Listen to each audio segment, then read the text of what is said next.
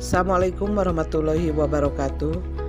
Laporan bab 9 dari buku Psikolinguistik Pengantar Pemahaman Bahasa Manusia oleh Lilis Rosmiati. Identitas buku. Judul buku Psikolinguistik Pengantar Pemahaman Bahasa Manusia, karya Sujono Daryo Wijoyo, tahun 2012 di Jakarta oleh Yayasan Pustaka Obor Indonesia. Rangkuman bab 9. Landasan neurologis pada bahasa. Terdiri atas 10 subbab. Yang pertama, evolusi otak manusia. Tahap pertama yaitu perkembangan ukuran. Tahap kedua adanya perubahan reorganisasi pada otak manusia. Tahap ketiga munculnya sistem fiber yang berbeda-beda. Tahap keempat adalah munculnya dua hemisfer dan asimetris. Kedua, otak manusia versus otak binatang. Dibandingkan dengan binatang, volume otak manusia memang lebih besar. Namun, yang membedakan dengan binatang adalah hal penggunaan bahasa. Manusia berbeda dengan binatang karena struktur dan organisasi otaknya berbeda. Sementara orang memakai otaknya untuk respons atau proses mental, termasuk kebahasaan. Binatang memakai otaknya untuk kebutuhan fisik. 3. Kaitan otak dengan bahasa. Apabila inputnya berbentuk lisan, ditanggapi di lobe temporal, dikirim ke wernik untuk diinterpretasikan dan dipilah-pilah. Setelah dipahami, bila informasi perlu ditanggapi, maka masuk ke Broca. Bila tidak perlu ditanggapi, maka masuk ke memori.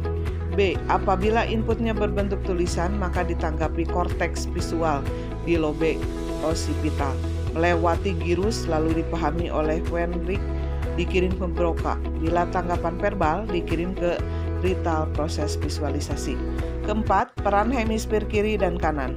Berdasarkan hasil penelitian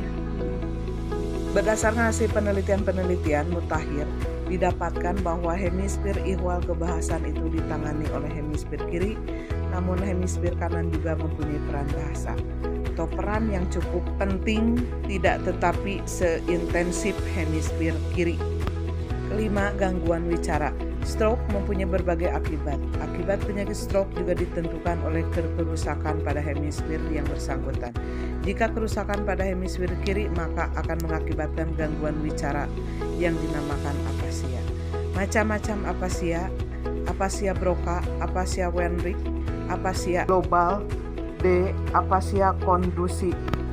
Bentuk lain dari gangguan bicara. A. Dysarthria, lafal tidak jelas tetapi ujaran utuh. Demensia, tidak dapat memformulasikan ide sehingga ujarannya loncat-loncat. C. Aleksia, hilang kemampuan membaca. D. Agraphia, hilangnya kemampuan menulis. Akibat lain dari stroke. Afraksia, tidak dapat melakukan gerakan tertentu. B. Ataksia, kehilangan kemampuan melakukan gerakan muskuler yang volunteer. C. Anterograde amnesia, kehilangan ingatan. D. Retrograde amnesia, penyakit tidak ingat masa lalu. E. Prosopagnosia, ketidakmampuan untuk mengenal wajah. Keenam, hipotesis umur kritis. Menurut Reinhard Berg 1967, hipotesis umur kritis yaitu umur antara 2-12 tahun di mana seseorang anak dapat memperoleh bahasa manapun yang disajikan secara natif karena hemisfer kiri dan kanan belum dipisah. Setelah umur 12 tahun di mana seseorang anak dapat memperoleh bahasa manapun yang disajikan secara natif karena hemisfer kiri dan kanan belum dipisah. Setelah umur 12 tahun, lateralisasi sudah terjadi. Berbahasa seperti penutur asli sudah berkurang. Ketujuh, kekidalan dan kekinanan. Ada yang mengatakan bahwa kadar dominasi hemisfer kiri pada orang kidal yang tidak sekuat seperti pada orang kekinan membuat orang kidal mempunyai masalah dalam hal membaca tulis. Lam dan Epstein 1999.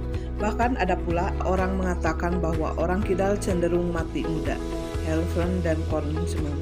Sementara peneliti lain berpandangan lain pula, Salib dan kawan-kawan. 8. Otak pria dan otak wanita. Ada berpendapat bahwa ada perbedaan antara otak pria dengan otak wanita dalam hal bentuknya. yakni hemisfer kiri pada wanita lebih tebal daripada hemisfer kanan. Steinberg dan kawan-kawan. Keadaan ini menyebabkan kelas bahasa umumnya didominasi oleh wanita. Akan tetapi temuan dari Philip dan kawan-kawan 1987 dan Steinberg 2001. Ada seorang ilmuwan yang pendapatnya sejalan dengan pendapat pertama, yaitu Dr. Aisyah Dahlan, yang mengatakan bahwa otak laki-laki dan perempuan mempunyai struktur yang berbeda. Lelaki dan perempuan punya cara yang berbeda dalam menyelesaikan sesuatu. Pria menggunakan mekanisme berbahasa pada bagian otak kiri, sementara perempuan menggunakan mekanisme berbahasa pada bagian depan otak kiri dan otak kanan. Maka lokasi bahasa perempuan lebih banyak dibandingkan dengan pria, karena perempuan mempunyai lokasi otaknya yaitu 2, di otak kiri dan otak kanan. 9. Bahasa sinyal. Bahasa ini mempergunakan tangan dan jari-jari untuk membentuk kata dan kalimat. Orang yang tidak dapat berkomunikasi secara lisan menggunakan sinyal. Orang yang menggunakan bahasa sinyal memakai hemisfer untuk bersinyal.